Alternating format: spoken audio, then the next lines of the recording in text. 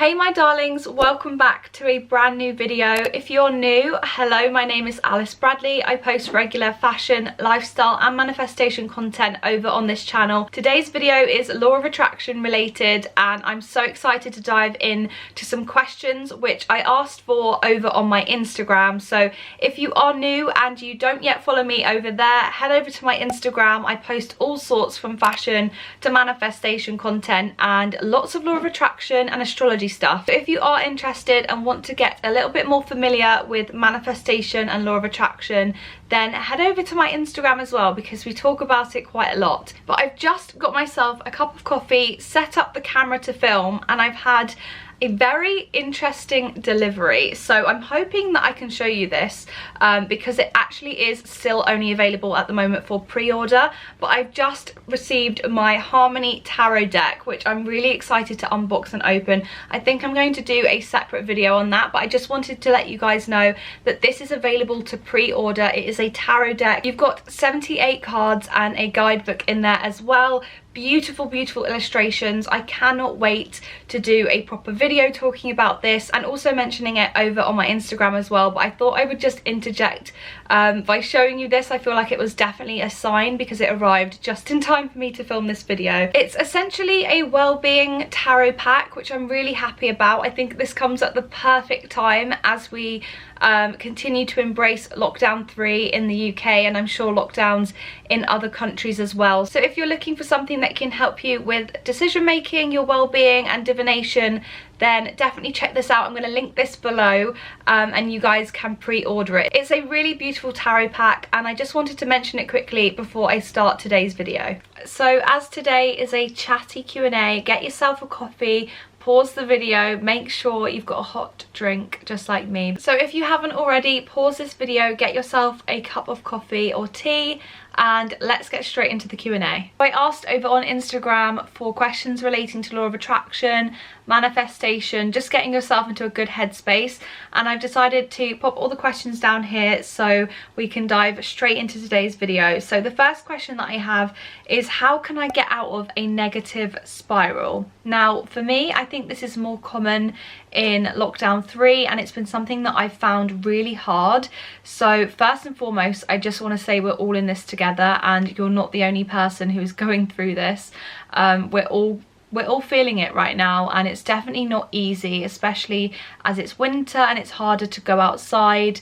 I would recommend, however, that you step outside at least once a day, get your steps in, try and do a nice long walk, get lots of fresh air, and just take the time to either listen to your favourite music, your favourite playlist, a podcast, or even listen to an Audible. I really enjoy audiobooks as a general thing. I think they're really great for when you just want to be out of the house and walking around, but you want to kind of be transported to another place. You could do anything from non-fiction to fiction, whatever you're kind of feeling you need, just get yourself an audiobook. So I tend to veer towards the manifestation style books like The Secret or The Power. I find if I'm in a negative headspace, I switch that on and I just listen to Rhonda Byrne just talking about The Secret, and it honestly makes me feel so much better. In my personal opinion, I would just make sure that you're getting lots of fresh air.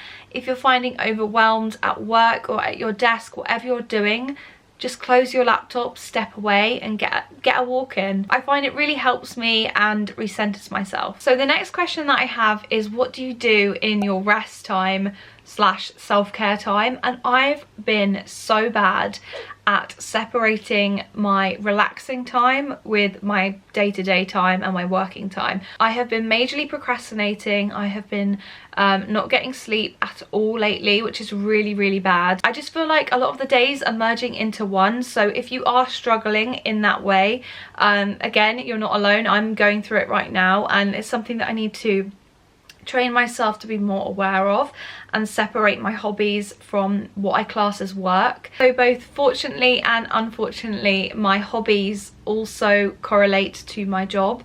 So I find I never really switch off. They are my hobbies and I know I should probably get another hobby or do something that has no correlation to work or being associated with work. But I have found that I combine those things together and it ends up being work anyway. even though I do enjoy it. So finding something really random to be interested in is going to help you in the long term. In lockdown 1, my mum did a lot of puzzles, and something like that I think is going to be really good to distract the mind and focus you on something entirely different. But obviously it's not a job, so it's not something that's going to lead you necessarily anywhere. All you're going to be doing is completing the puzzle piece and making a final picture. Finding something like that is going to be really beneficial. I don't really know if I have any particular self-care habits other than meditation and doing yoga. Exercise, running is a big thing for me, and it's the only way I can force myself to get out of the house. And I find it is a bit of a hobby. But in the same realm, it's also kind of essential for keeping us all ticking over and feeling good about ourselves and feeling mentally okay. So finding a hobby that is just purely a hobby is quite hard. I feel like I need to do some research, and I'm in the same position, so I can completely relate and understand where you're coming from there. But I'm going to do some research for you, and I will link some hobby ideas below. I'm probably going to be taking note as well, so we can do it together. Now, the next question that I received is, how are you staying motivated during lockdown? I've had this in a Q&A before. Every single time I do a Q&A on my channel or my Instagram, I always seem to get this question, and I think it's because I look a lot busier than I actually am. And although that's like a great thing, you know, to be appearing busy so that it attracts more work into your life, I do think I'm being a lot less hard on myself this time round. I'm not working to the level that I was in lockdown 1 and 2. So just taking the pressure off a little bit and taking a step back, really focusing on other things in my life that I want to focus on and not beating myself up over it. So my advice really to stay motivated is, not every day is going to be perfect. Just understand that and realize that, you know, at the moment for me, it's working out in a bit of a weird pattern. Like, I'll have a really productive day and then the following day will be really unproductive, and then it will be a cycle like that. And I know that might not necessarily be that productive, but for me, I end up having a more productive day on the productive day, and then the next day I know I can just kind of take it easy and relax. So find something that works for you, find a routine that works for you, and stick to that. Stick to a routine in some capacity, but don't put pressure on yourself that you have to work 9 to 5 Monday to Friday. That's not what this lockdown is about. That is not what life is about anymore, clearly, because a lot of us are doing things differently. So maybe just switching up your routine and finding something new that works for you. So the next question that I have is a really lovely one, and really got me thinking actually. So it's, how do you work on your future whilst also remaining positive about your present? And I know what you mean by that, because I love manifesting. I love scripting for future things and looking to the future, aligning myself with future goals and aims.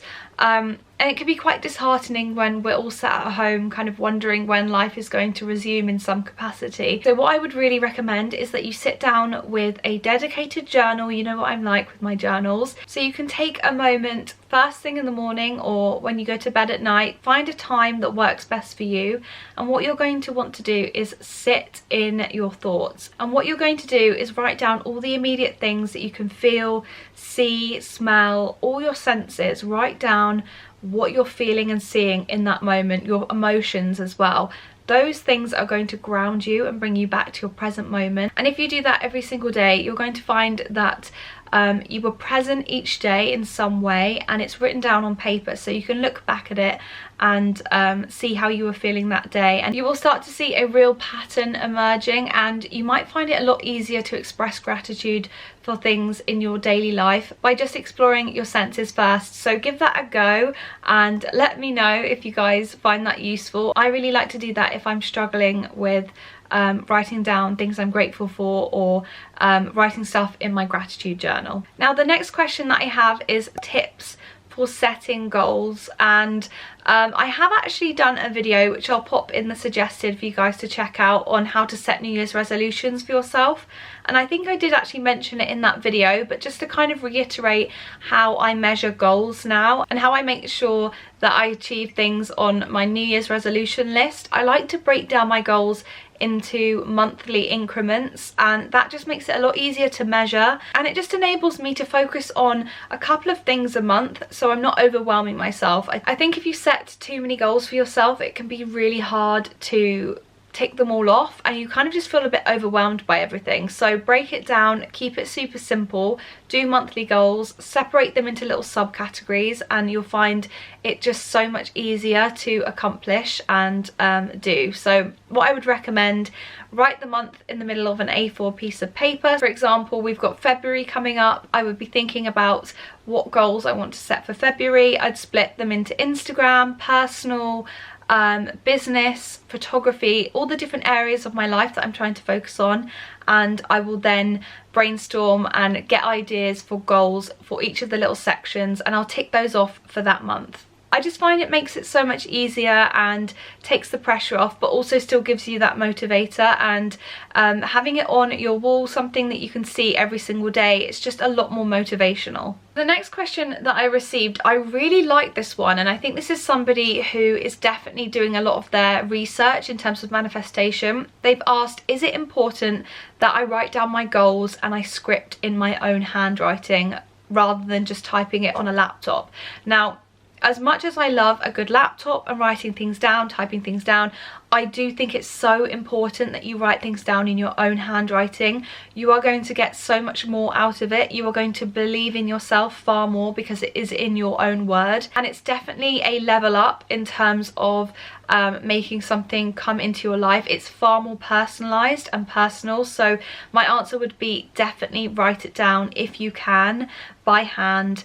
Dedicate a space, a journal, somewhere where you can keep all these written things down, and just make sure it's in your handwriting. And yeah, I think that's my biggest advice, and I would say yes, it is very important. Now, this person wanted to know, what do you script about or script for most? So my most scripted things are usually my next steps. I want guidance for something or answers for something, or I want to see signs that I'm attracting a certain thing into my life. I also think it's really nice for being descriptive about a certain thing or a goal that you want in your life and getting really specific about that thing. So for example, if you are trying to move into a new house, sitting down and writing really descriptively what this house looks like, how big it is, how you feel emotionally when you step inside this building. All these things are going to really work well for just getting yourself onto a more aligned path. I also think it's really good for those of you who are trying to manifest a specific person or a partner into your life. Getting specific on what you want is going to be so good for just aligning yourself to the right person. So that's definitely what I script for most. Guidance, signs, and my next steps, future goals that I'm wanting to attract into my life. So that brings me on to my next question, which I'm really excited to answer, guys. I love that you guys are getting clear on what you want. So this person is asking, I'm trying to manifest my soulmate, where do I start? Firstly, yay, I'm so excited for you. And we've all been there, I've done it myself. And I think it's going to be so exciting when this person does come into your life. I think you just need to be really clear on what you want, how this person is going to look, but not just about looks. Think about their values, what it is that they do that aligns with what you do. Do they have the same beliefs as you? Do they challenge your beliefs? What is it that you really, really want from this person? And as soon as you get clear on those things, you're going to be able to read that every single night, every morning, whenever you dedicate your time to aligning with yourself. So every time you think about this person, think about what they value and what you value. Do they have the same dreams as you? Will they support you with those dreams? So finding those things out for yourself, finding what you want first, and then matching that up with a dream partner is going to bring you onto a brand new frequency. You're going to feel as if that person is really there, because you're going to feel those feelings. It's going to spark something in you and it's going to get you excited. It's got to be qualities that make up a person that you wish to have in your life, someone who is going to support you ultimately. So good luck manifesting. Please let me know if and when that person comes into your life. I am really excited to know about these things. I absolutely love hearing your manifesting stories, and also your manifesting stories for specific people or a dream partner. So that's a really exciting thing. Good luck and happy manifesting. So my final question in today's Q&A is, are there any quick and easy manifestation techniques that you haven't mentioned before? Now, I actually don't think I've mentioned this one, but I like to do this on a Sunday night or around a full moon or a new moon. So what I like to do is write some affirmations down and some goals for the week ahead that are going to motivate me, make me feel good, things that I just want to attract that week. I write them down on a piece of paper in my own handwriting, and I pop it under my pillow and sleep with the affirmations underneath my pillow. It's a really nice subconscious technique that is just going to tap into your subconscious and make you believe those things are surrounding you. And essentially, because you're taking those intentions, those affirmations, those goals for the week, and you're placing them under your pillow and then falling asleep, what you're doing is letting go, but in a very natural way, in a natural state. When we fall asleep, we are letting go and our bodies are going into this dream state. It's basically a metaphorical way of letting go. So it can really help you with believing that you've let go of your intentions and you're allowing the universe, God, a higher power to take care of those things for you. I really recommend that one if you just want a really quick and easy one to do before the week ahead, or on a day when you're kind of feeling like you need something extra in your routine. But I wish you all the best of luck with that. I really like this one, and yeah, the pillow technique is one of my favorites. So that's everything for my manifestation and law of attraction Q&A. Thank you so much to everybody who decided to send in a question. If you have any other questions that you wish for me to answer, then drop them in the comments or slide into my DMs over on Instagram. If you're new here, please do go ahead and subscribe, and I will see you in my next video. Stay safe, guys, and stay sweet.